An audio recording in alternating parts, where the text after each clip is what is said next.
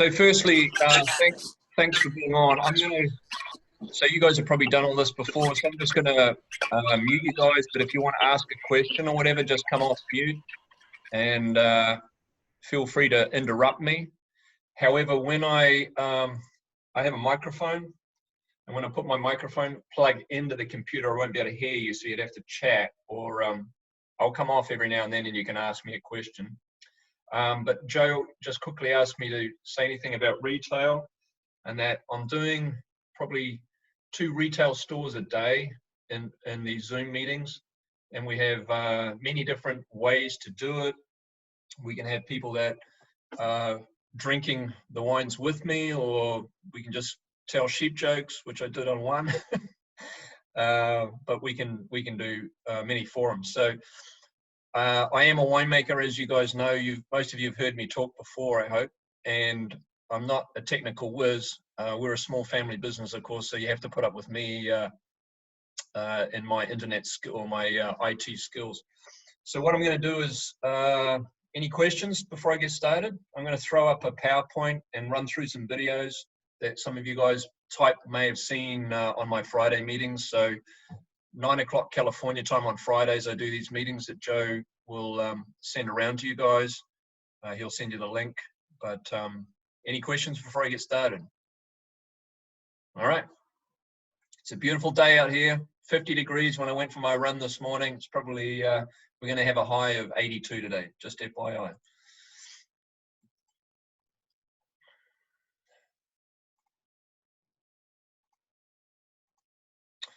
So today, Joe asked me to talk about 4 wines. We're going to talk about the Singing Tree Chardonnay, and then we'll go straight into the Katherine Stone Mason. We can talk about the change in name if we have time. Hilary Charming Creek, and then the Forefathers Lone Tree.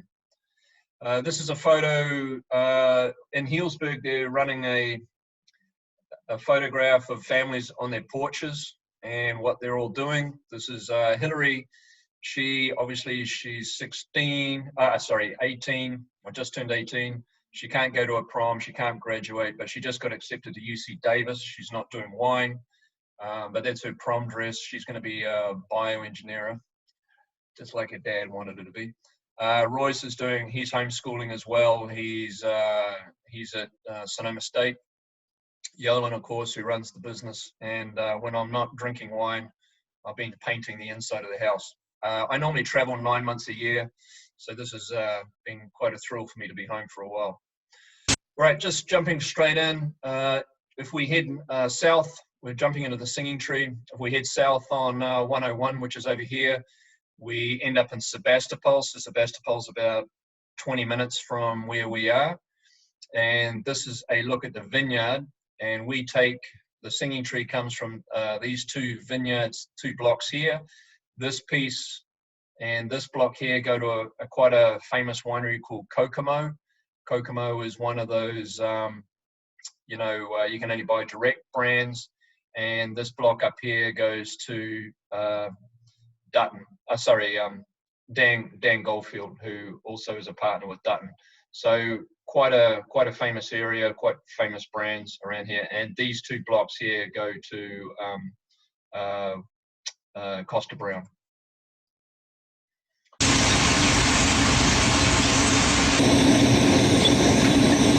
These are the singing trees at our house. They are full of small birds and they are incredibly loud.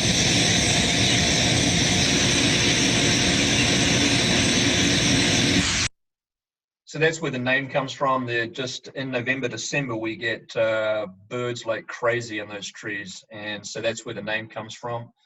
We make 2 singing trees, and you have the reserve in your warehouse. You have the 2016. We're just about to release the 17. And this is a Dutton ranch. And so we only make about 300 cases of it. So it's a pretty rare wine.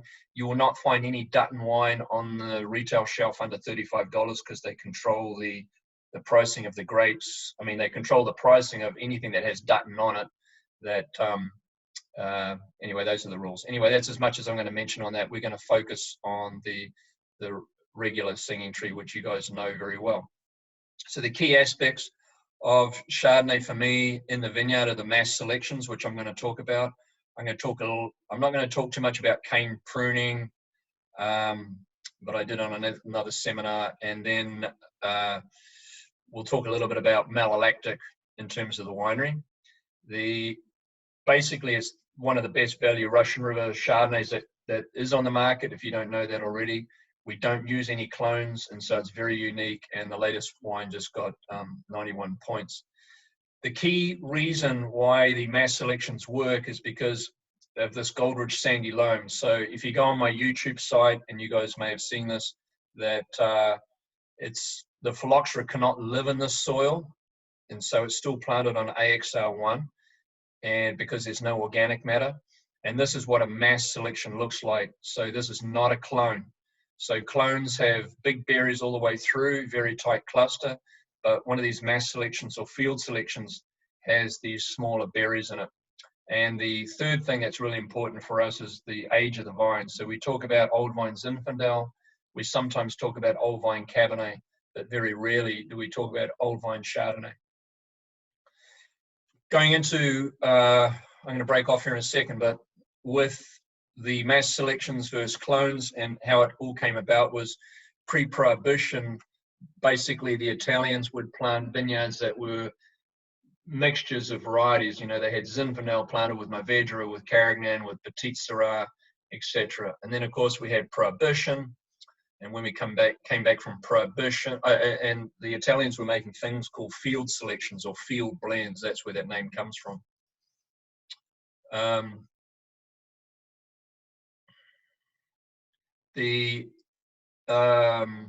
So after prohibition, people started planting varietally, and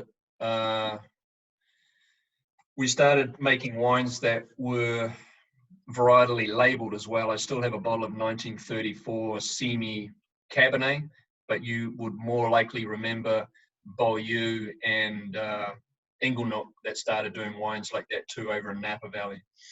By 1960, pretty much everybody was bottling and planting varietally. They were not mixing plantings. And during the period of 1970 to 1988, this was really the big time for Chardonnay. And I remember making wine or studying in Australia and trying California wines and wondering, you know, why California Chardonnay was always so unique to anything else that we were doing in New Zealand or Australia. And then in 1989 was the evolution of clones because we had phylloxera. So I'm just going to come off sharing for a minute. And I am going to jump onto the screen here. So you can put me on speaker view if you want to see this more clearly. But I'm just going to explain the difference.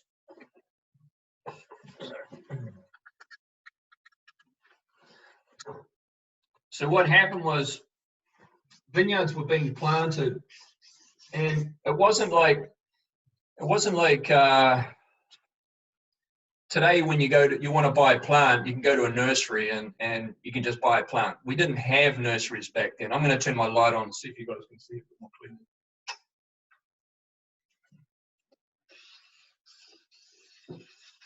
We didn't have nurseries that you could go out and just buy plants. We had to do it ourselves. And so there's two parts to a plant, and you'll see that today you have what we call the rootstock, and then you have the scion, which is the top piece. And the scion was the key thing. So this rootstock, of course, was called AXR1, and the other one was called 1202, and both of them had Vitis vinifera in it. We didn't know that. Bless you, Nick. We didn't know that at the time. So when we took our mass selections or field selections, we put them on top of the AXR, and these things were related. So they're both Vitis vinifera, because there's two forms of grape, right? There's Vitis vinifera and Vitis labrasca. Vitis labrasca is what is resistant to phylloxera. Vitis vinifera is not. But the French had blended Vitis vinifera into AXR1. What we did in the winter, and we still do, is we take a stick And that stick has 3 buds on it. We collect that in the winter, we put it in a cool room. In the spring, we bring it out, we get a knife, we take it, we chip the bud out. And then on the rootstock, we make a little T, we peel back the bark, we slip the bud in, we tape it up, and we can grow Chardonnay. It was quite easy to do.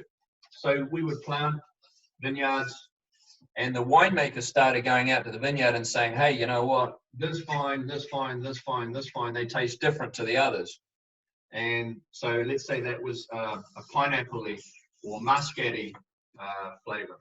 So, and we would plant everything according to that, and we would have a pineapple-y flavored vineyard. And the winemaker go out again and go, well, you know, these 3 are even more pineapple-y. And we planted that vineyard. This became pineapple-y squared. And we had names for these things.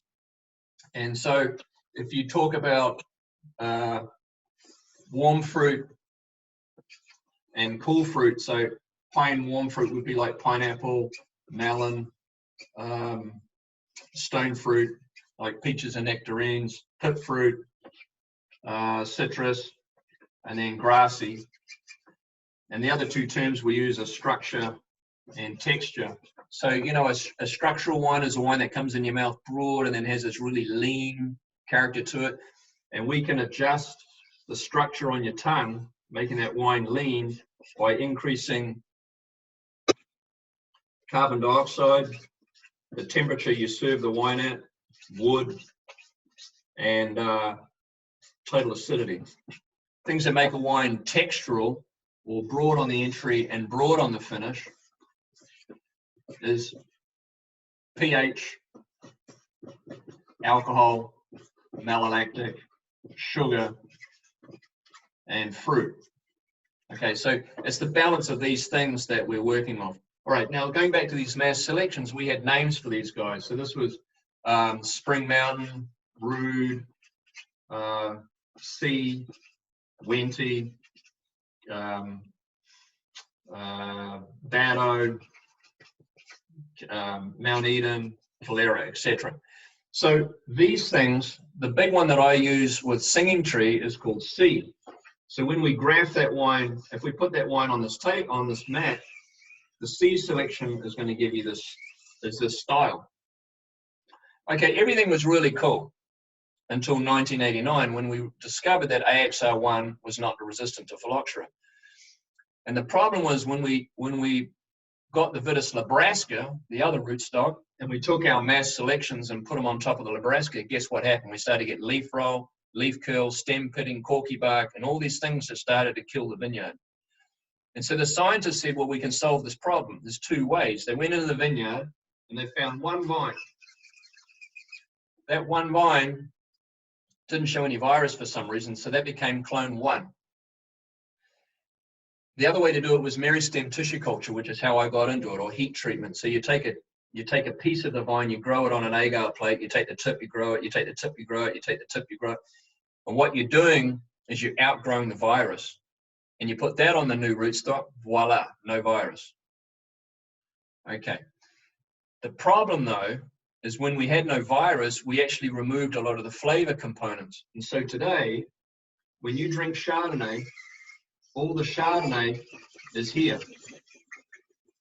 It goes from stone fruit to pip fruit. I mean, how many times do you hear a winemaker go up and say, my Chardonnay's got white peach, or my Chardonnay's got an apple character? The reason is because it's all the same shit. I don't care if it's Dijon 95, 96, 85. It's all from the same goddamn plant. Or UC Davis clones 6, 7, 8, or the Espeguet clones from Italy. It's all the goddamn same. And that's today the problem with Chardonnay. 99% of all the Chardonnay in California is cloned. This is not cloned. So there's 3 vineyards that I know that are not cloned. This is one of them. The other one is the Dutton that we sell. That's also a C selection. It's on AXR1 as well. And then we have a 3rd vineyard that I work with just up here that's also in the Russian River. But this is why Singing Tree is unique and quite different to other wines. Does that make sense? Okay. The other thing I'm just going to touch on, because I know, look, this is dear to my heart, and Joe knows this, how to piss a winemaker off is ask them about how much wood is in their wine how much malolactic is in their wine, and what the acidity is, etc., like that, or what the alcohol is. So I'm just going to quickly touch on malolactic, because when people ask me how much ml is in a wine, you have to understand there's 5 questions you need to know before you can even understand what the wine's going to taste like. If you say how much ml is in your wine and the winemaker goes 30, 40, 50%, it doesn't mean anything. All it means is, for him, that's how far it got. So malic acid, which you know goes to lactic acid. Okay, this is what we call malolactic fermentation. This is bacteria that we add. This is not jack-in-a-box bacteria. This is bacteria you can eat. This stuff is safe, okay? So if you're in a cool climate, you have 4 grams of malic, gives you 2 grams of lactic. It's a half reaction. If you're in a warm climate, 1 gram of malic gives you half a gram of lactic. So which one's more buttery? Well, the one from the cool area, of course, because it's got more butter, it's got more lactic in it. The second thing is the yeast is fermenting sugar to alcohol. If you add the bacteria during the primary fermentation, if you want the malolactic to go during primary fermentation, the yeast actually eat the butter. So that's number 2. When did you add the bacteria? If you add the bacteria during primary fermentation, less buttery character. If you add the bacteria after primary fermentation, more butter. Number 3, what temperature do you ferment the wine at? If you ferment it hot, less butter. If you ferment cold, more butter. Do you leave it on the lees? You know, you hear all these winemakers talk about bandinage and lees stirring, all that shit. Drives you crazy.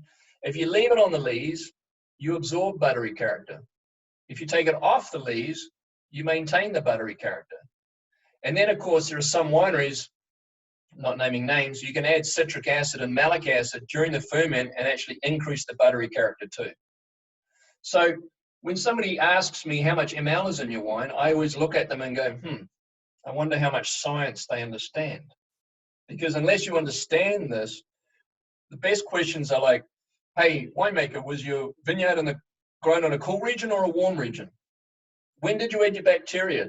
Do you leave it on the lees? Because these are all clues as to whether or not the winemaker is telling you he's adding more texture or not.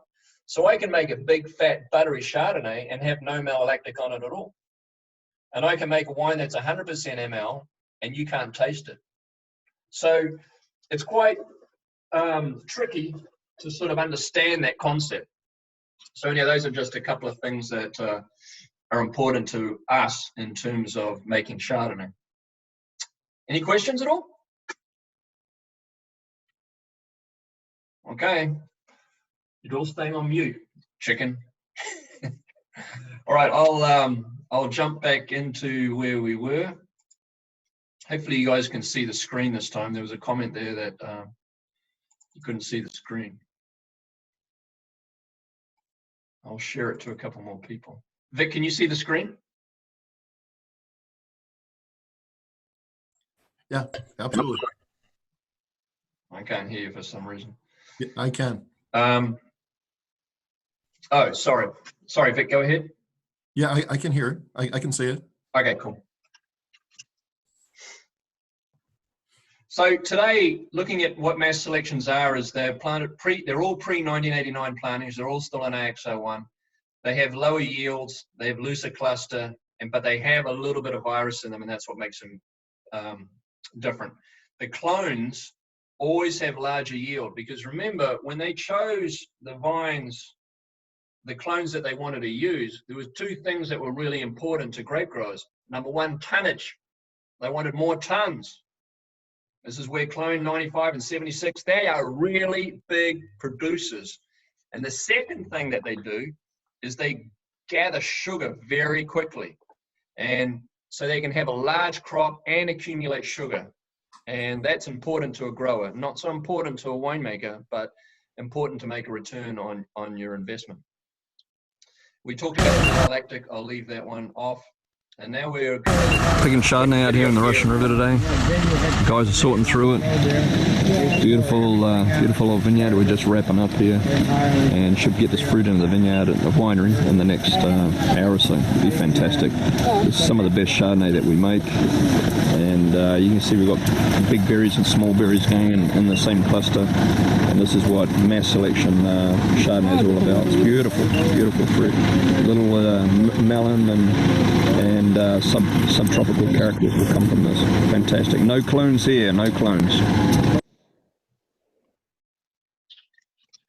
Anyway, that sort of wraps up Chardonnay, and so I just want to jump into the kid wines. So we started making wine as a family back in 2000. We hand harvest. I was telling my children about when I lived in Chile in the 90s, and Pinochet would cut off the electricity every now and then, and we'd have to make wine without power. That was always very interesting. So we started making wines ourselves. So I got my 5 children. We hand harvest half a ton.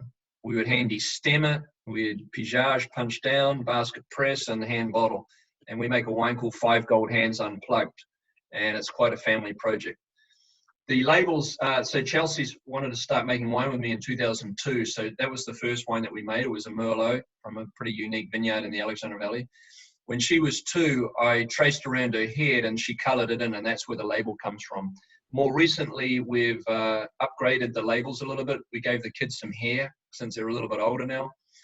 Chelsea's 28, she's married, she's doing a PhD. Kate is a vet, and Hilary has just been accepted to UC Davis. You'll notice that Katherine faces a different direction to the other 2 because she is the middle child. She thinks outside the box. She's the manipulator, the storyteller, the bullshit artist, the perfect salesman. Yeah, she's great. Hilary was supposed to be a boy. She was going to be, and she'll tell you the story, she was going to be called Sean, but she popped out and she's a girl, so we came up with a boy's name for a girl, and she's named after Sir Edmund Hillary. For those that know who Sir Edmund Hillary is, he was the first man to climb Mount Everest, and he happened to be from New Zealand, so that's where the name comes from. Looking at where we are in the Alexander Valley, I always describe the Alexander Valley as an upside-down Y. This is the Russian River, and this is Fitch Mountain. And so the Y does this. So Fitch Mountain blocks the river, and right now I'm sitting in this blue dot. That's my office, and this is where we live. We actually live in Dry Creek. So Healdsburg has Dry Creek, Alexander Valley, Chalk Hill, Russian River. All the vineyards that we look for are east facing, and so these vineyards face east. They only get morning sun. These hills are quite steep, and so we don't get the afternoon heat.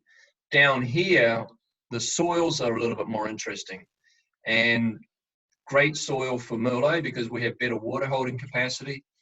But down here, we are on little knolls, and so even though we may be in the south and we typically would be west facing, these are actually on a hillside, so you'll be able to see that. This is the new vineyard that we're replanting. I'm really excited about the Staircase Vineyard. You'll see more of this as time goes on, and I think it's going to be one of the best vineyards that I've ever worked on in my life, and I'm really excited about it. This is where Katherine comes from. This is 128 as we head south into Knights Valley and over into Napa. This is part of the Mycamus, and this is a little valley. It's now owned by 5 different growers, and we buy fruit from all 5 growers. And relatively, Katherine sits in the Piedmont or the gentle slope area below the Yoeman vineyard. This is Yoeman and the Yoeman Plus, which we make. I use this for another project, so you don't see this piece of the property at all. So this is Yoeman, and Katherine sits right below it. In Oakville, we'll talk about Hilary for a minute as well. This is the Oakville Cross, and this is the vineyard. This is a very steep hill that Vic has climbed, I know that. And this faces northeast. This is Silver Oak right here. This is Groth. If you know the pink winery, you'll see it in the video. This is the Groth vineyard. This is Plumpjack. This is Rudd. This is Minor. This is Plumpjack. This is Gargiulo. Gargiulo is a very small little winery, but very good vineyards. This is Screaming Eagle, and this is Tench. Tench only makes a very small vineyard, a small wine, but they sell most of their grapes. So that's the neighborhood. And this is the Hilary vineyard. This is Highway 29. This is Oakville Cross right here again. Oakville Cross is right here again, which is this map over here. And this is Napa Wine Company right here, which is where we have this vineyard here, which we don't release to you guys. But this is Napa Wine Company, which is the original Inglenook.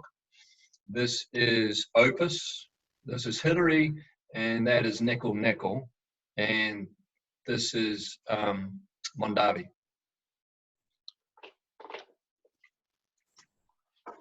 I'm just showing you, we're looking at Katherine now. So this is part of the vineyard for Katherine. The reason I'm showing you this is I wanted to show you the various soils and vigor. So you can see here, we have very dark green canopy. And this is what we call the dense part of the vineyard, which I'll explain. This is what we call the powerful part of the vineyard, where the vines and the fruit are in good balance. And this is what we call the elegant part of the vineyard, because here we have very small canopy and relatively too high a crop. So we have to do a fair amount of vineyard management. We are zooming in on this car here, because this is as some of you may have seen before, this is the last view that I have of my beautiful Suburban before Hilary wrote it off about 2 months ago. So please sell some Hilary to help her pay for her insurance problem that she's in. So nice car, but unfortunately gone. Nick Goldschmidt here. I am in the Katherine, Alexander Valley vineyard. Sometimes I pinch myself that I'm still making wine here after all this time. But really unique. I don't know if you can see in here. No, you can't. Up here, perhaps. So these clusters are super loose. We get nice, even ripening throughout. Just a beautiful vineyard. As you can see behind me, we're a couple of days away from harvest. The leaves are looking, you know, they're right there in terms of their water. And what keeps them in that condition, obviously, is the beautiful gravelly loam soil that we have here and the age of the vine. And I've been working on this vineyard since 1990. Amazing that I'm still making Katherine after all this time. Obviously the first vintages went to Simi Winery, and we didn't start making Katherine until 2003, I think it was. Anyway, today is the release of the 2018, just starting to ship 18, and this is the 19 still on the vine. Still our most popular wine, Katherine, Goldschmidt, Alexander Valley Cabernet. I'm going to jump off here for a minute. I'm just going to explain a little bit about site-specific winemaking. I won't dwell too much on it, but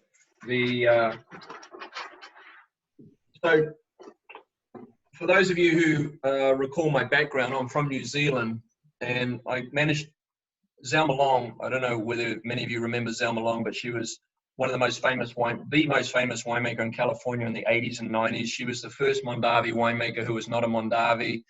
She was the first winemaker in California to do barrel fermented Chardonnay. She was the second female graduate out of UC Davis, and hardly anyone's heard of her anymore. But she was the one that put Mondavi on the map and Simi on the map. She was a very qualitative winemaker.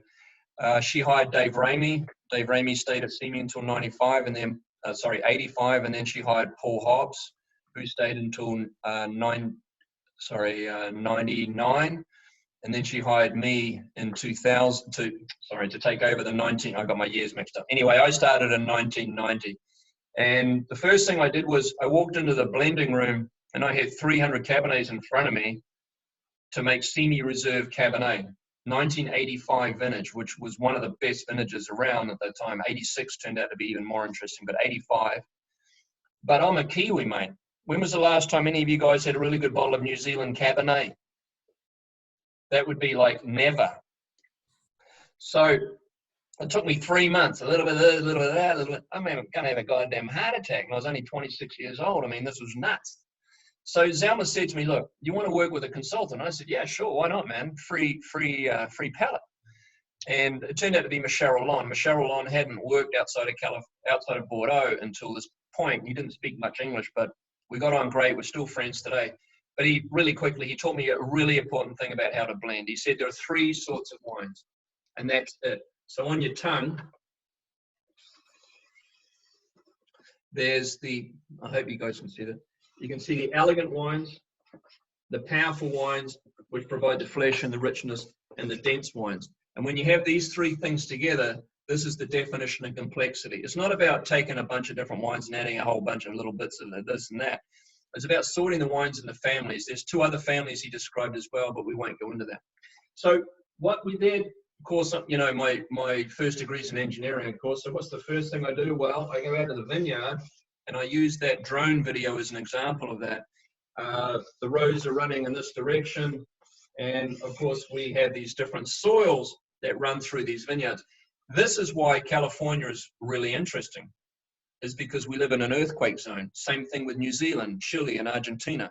I don't know what the hell France and Australia are. They're big flat pancakes and as boring as shit as far as I'm concerned. So when we look at these vineyards, we get, I said to you, this is where we get the high vigor, low crop. This is what we call the dense vineyard. This is the powerful vineyard where things are in balance. And this is the elegant vineyard. The first thing that we needed to understand was the ripening characteristics. So when you look at a particular block, you have flowering and harvest. This is acidity. At this point in time, we get veraison and then we get an increase in brix. So brix is a measurement of sugar, and brix is a metric term. You know, 10 brix is 100 grams per liter, 20 brix is 200 grams per liter. I don't know what the hell 2.37753 gallons per case is. That's why you guys lost that $1.8 billion bloody satellite that landed on Mars. Remember that? It's a $1.8 billion crater. Anyway, and they called the British up, and the British said, oh, I thought you were talking metric, and the British go, no, we were talking left-hand thread.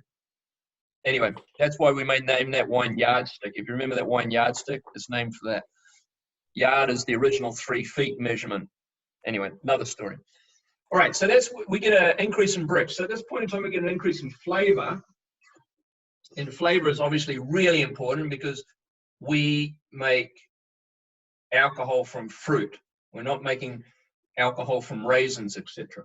The other thing is that we move from the tannins, move from green to dusty to dry to ripe. And where these 3 things meet in Bordeaux is 100 days. Okay, this never happens. If it happened, you wouldn't need winemakers going out into the vineyard. But in a heavy crop, relatively, tannins take longer to ripen relative to flavor. And in a low crop, flavor takes longer to ripen relative to tannin. Okay, you with me? So then, what happened was, I start going into the vineyard and I'm totally confused. I've got no idea what I'm doing because I didn't understand the dense part of the vineyard. I did not understand that I would go into this vineyard and have a huge canopy and a small crop. And the tannins would go green, dusty, dry, dry, dry, raisin. And I missed it. And so I started thinking, well, these canopies are so big and powerful, they take moisture from the soil, moisture. When they run out of moisture, they just immediately start taking it from the grape because the grape is the only thing with any moisture, and that's how you get a raisin. And so that's when I started figuring out, oh my God, I got to start picking these things earlier. So what we do is we have this crazy little graph here. In a in an elegant vineyard, the fruit is always higher concentration than the tannin.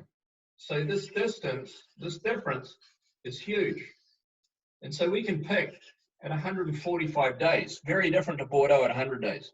For the powerful vineyards, the fruit and the tannin are in the same balance, and so we pick at about 135 days. And in a dense vineyard, which is the piece that I didn't understand, we pick at 125 days because here the tannin is in higher concentration than the fruit, and we don't want the tannin to run away from the fruit. So then what happens is we bring these wines into the winery and we extract them differently. So for the elegant wine, I use more traditional California winemaking. So I extract the heck out of it because I know it's more fruity than tannic. But in this guy, in the tannin vineyard, in the dense vineyard, if I did that same winemaking, I'd have a big, dry, dusty, hard to drink wine. So what we do is we lower the temperature, so I ferment at 22 Celsius instead of 30. If you want to convert, you add 15 and double. So 22 Celsius, less air, less pump overs, and then during maceration, the period after fermentation, I warm the tank up, because what I'm doing is I'm increasing the polymerization. So Nick Goldschmidt style of wine, crusty shit. I don't have crusty shit. You know how wines move from purple to red to brown to orange, especially at Southern Glazers warehouse, right? So, was that my outside voice? I'm going to give you one. I skipped over a bunch of charts for you guys to try and speed it up. I see I'm at 35 minutes. I just want to.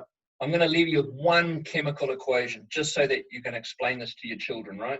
So you're going to remember, you remember back at school when you did flavanols and maltodextrin glucosides, remember the stuff that you always went, oh my God, I'm going to be a salesman, okay? That moment, I'm just going to give you one little quick little tidbit so you can impress your kids, right? So the thing that this carbohydrate that we're all focused on, you know, the resveratrol and all that thing, this thing is purple, right? This is a flavanol, and this is the flavanol that's in grapes. And this flavanol is called, you remember these things? These benzene rings?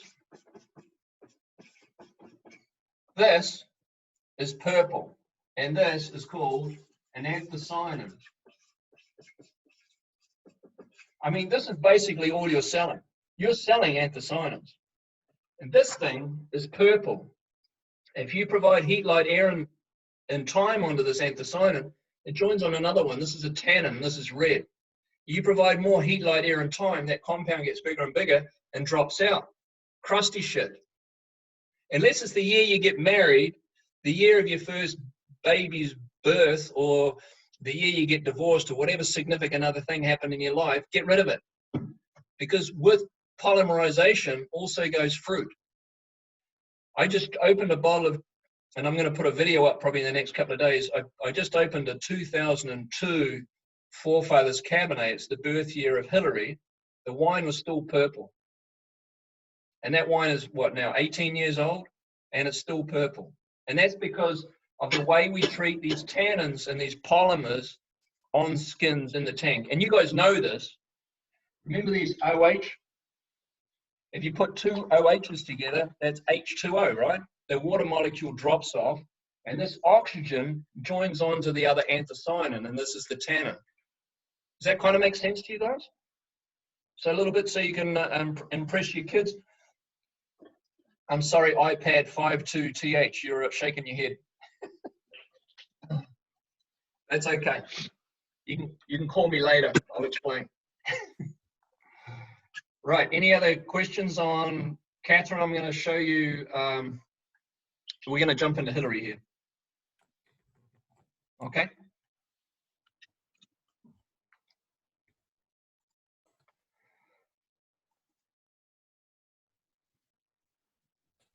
So Katherine is, the secret of Katherine is old.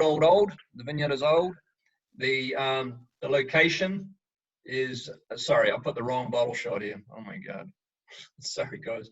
This should be the Hilary bottle. I apologize. So old. The location, which I'm going to show you, it's a mass selection.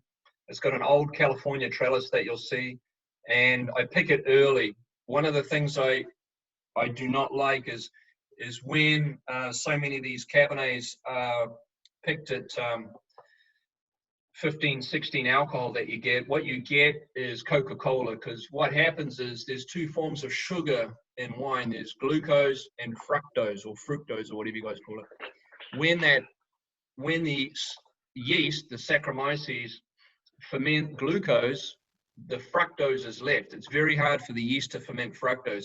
So when the alcohol hits about 15 alcohol, the yeast start dying because the alcohol is actually poisonous to the yeast. And so you end up with fructose. And so when you drink these high alcohol Napa Cabernets, you're drinking Coca-Cola, because Coke has fructose in it. It may not be very much sugar, but it's very, very sweet. So what we do is we pick very early, well, not very early, but we pick earlier than all our neighbors, and we pick it 3 different ways, the same that I just described with the Alexander Valley. What I do with Katherine, as I described, and with Hilary, is 125 to 145 days. We destem. We don't add any we don't make any additions. We keep it on the skins for 3 weeks minimum for this tannin stability. We do elegant, powerful, and dense winemaking, as I mentioned, and I do this cold racking to avoid Brettanomyces, because what happens is I get the Brett, because of any fructose, settles out, and then I can go straight to barrel, and the wine's very, very clean. G'day, Nick Goldschmidt here. I'm sitting here with 3 glasses of wine, and everything we do is single vineyard, and the way we get complexity out of a single vineyard is by choosing blocks and styles, or working the wines to the way the vines best exemplify themselves. So when I was young, I walked into a room once at a pretty well-known winery with 200 wines on the table. I'm wondering, how am I going to blend 200 wines? I came from New Zealand, I didn't know anything about Cabernet. And so working with a consultant, we figured out the best way to do this is to put them into families. Elegant wines, which are the soft berry fruit wines right up on front of the tongue, the powerful wines which provide the fleshiness and the richness, and the dense wines which give us structure and power. So when we go ahead and line all those wines up, I sorted all the elegant wines together, and I chose the best elegant wines and made a blend. I got the best powerful wines and made a blend, the best dense wines and made a blend. We had 3 wines, all from the same vineyard, all from maybe in the same block or not the same block, but all from the same vineyard. And then we made a blend of these 3 wines, and it was the most complex wine that we could possibly make. So today I continue that process. With elegant wines, we can extract them a little bit more aggressively because we know that the tannins are a lower concentration than the fruit, so we can extract more tannin. Whereas on a dense wine, if we made wine like that, they become too dry and too tannic. So we lower the extraction and try and make the wines more fruit forward. So if I have to drink an elegant wine, I'm going to get more red cherry, great structure, very forward in the mouth, very, very elegant, very ripe, but good acidity, red fruit, and very forward in the mouth. The powerful wine, I can immediately get it. It's more black cherry, a little bit of walnut, and the mouth is really rich, really full, powerful. Not a lot going on in the front of the mouth, not a lot going on in the structural part of the mouth either. And then the dense wines, much more chocolate, a lot more black cherry, but all finished, very supple tannins, good structure, good acidity. And so when we put the 3 together, hopefully, and it's never 30-30-30, because in a warm vintage, I probably want a little bit more of the dense component, whereas in a cool vintage, I want more of the elegant component. So it really depends on the vintage. And when I put all 3 together, we get the most complex wine we possibly can from the same vineyard. And that's how we make single vineyard wines really complex.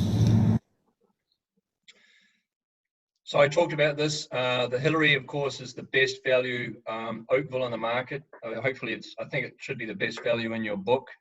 Just got 93 points as well. And I'm just going to show you a quick video of where that is. Right there is the beautiful Nickel Winery and their vineyard, and that's Hilary down there at that end, and there's Opus, beautiful Opus, out here in the Oakville, getting ready to pick Hilary tomorrow. Cabernet Sauvignon, Oakville, Napa Valley. Good morning, Nick Goldschmidt here, winemaker for Hilary Goldschmidt, Charming Creek Oakville Cabernet. What makes this vineyard unique? Well, the clusters, of course. Beautiful small clusters, open, and you can see each berry individually ripens. We have relatively low yield, but a balanced yield because the vineyard is so old. This vineyard was planted in the 70s. And we have nice organic material covering the vineyard. So we have not disked it in, and so we have a good build-up of organic material, which means better water penetration and better, of course, for the soil. Anyway, so beautiful Cabernet out here, Oakville, Hilary Goldschmidt, Cabernet Sauvignon in the heart of Oakville. So if that doesn't convince you to sell it, hopefully, I don't know, maybe it's the price will help you sell it. anyway, it's just a great wine, and really love making it and working on that vineyard. Okay, just last, I'm just going to show you one more video of Forefathers. Forefathers is the first wine that we ever made under Goldschmidt Vineyards. The first vintage was 1998, and when I was on a plane down to Cloudy Bay, you know, when I was part of Louis Vuitton, they put Americans, I don't know if you know this, but when you buy wines that are international, the wines that you drink in the US may be different to the wines you drink in New Zealand or the UK, because we blend wines according to the perceived palate of that country. So I would go around for Louis Vuitton and help put blends together for the US Canadian market. So I was thinking, well, you know, when you think the best vineyard, best Sauvignon Blanc appellation in the world, that's Marlborough, McLaren Vale Shiraz, Oakville Valley Malbec, Cabernet California. So that's where the name Forefathers comes from, the forefather appellation, or the best appellation for that variety in the New World. There's a pair of boots that I used to wear when I walked around Simi. This is faded out. You can read the writing on my website, but it's those are my boots. Is my little constitution about sustainability and farming. You know, my second degree is in organics and biodynamics. But planting. She's been fed. She's outside. She rolled around in something. I stole John Hancock's signature from the real Constitution and changed it to my own. And Lone Tree's the name of the vineyard. The big thing about this vineyard is the size of the berries, because it's dry farmed. And when it's dry farmed, Cabernet normally weighs about, well, Merlot weighs 1.2 grams, Cabernet 0.95 grams, and this vineyard about 0.85 grams. So the skin to pulp ratio is extremely high. So we have tons of tannin, and so trying not to over extract it and being totally hands off is ideal with making the wine. And still, I think one of the best value for the quality that you get. Only 400 cases produced though. There are so many things I love about the Lone Tree Vineyard, Alexander Valley Cabernet. I don't know where to begin. Anyway, I've done videos on this before, but just another beautiful day out here in the valley and looking at close to harvest. Today is September 14th. So the things that make this vineyard great are obviously the soil.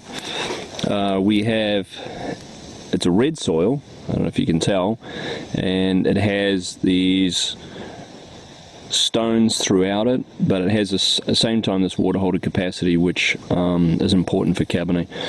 We do not irrigate this vineyard, even though we have a drip line. We ran out of water years ago, but you can see that the vines are still in pretty good condition. And then when you look at the vine, you'd say, you know what, it's pretty heavily cropped. Well, actually it's not. We have quite a few clusters, but the clusters are really small and really loose. Let's just look at one, for instance. So they're very loose. A lot of Cabernet clusters can be tighter than this. The other thing that's really cool is the size of the berry. That berry is probably about 0.8 grams. So most Cabernet is about 0.95 grams. That one's about 0.8. So a lot smaller, and you can imagine the skin to pulp ratio is much different. Now that berry is not ripe for a number of reasons. Number one, it's split in the back when I squeezed it, so there's not separation from the pulp and the skin yet, and you can also see that the seed is relatively green still in there. What else I like about it is just these vines are just naturally balanced, and even though it's dry farm, we can feel the leaf. The leaf to me still has good turgor in it, and it's still relatively cool. So even though we're in the morning here, we have a little way to go in the day, but these leaves are in really good condition. I'll be able to take this fruit through. I'm thinking this fruit right now is about 22 to 23 bricks, and I've just tested it, and I'll be taking it back to the lab to check it formally rather than just using my palate. Anyway, another beautiful day out here in the Alexander Valley, northernmost vineyard that I have. We're up here at 800 feet, and just an awesome vineyard, the Lone Tree Cabernet Vineyard in the Alexander Valley. So just want to thank you guys for hanging in there with me and paying attention, and those are my contacts.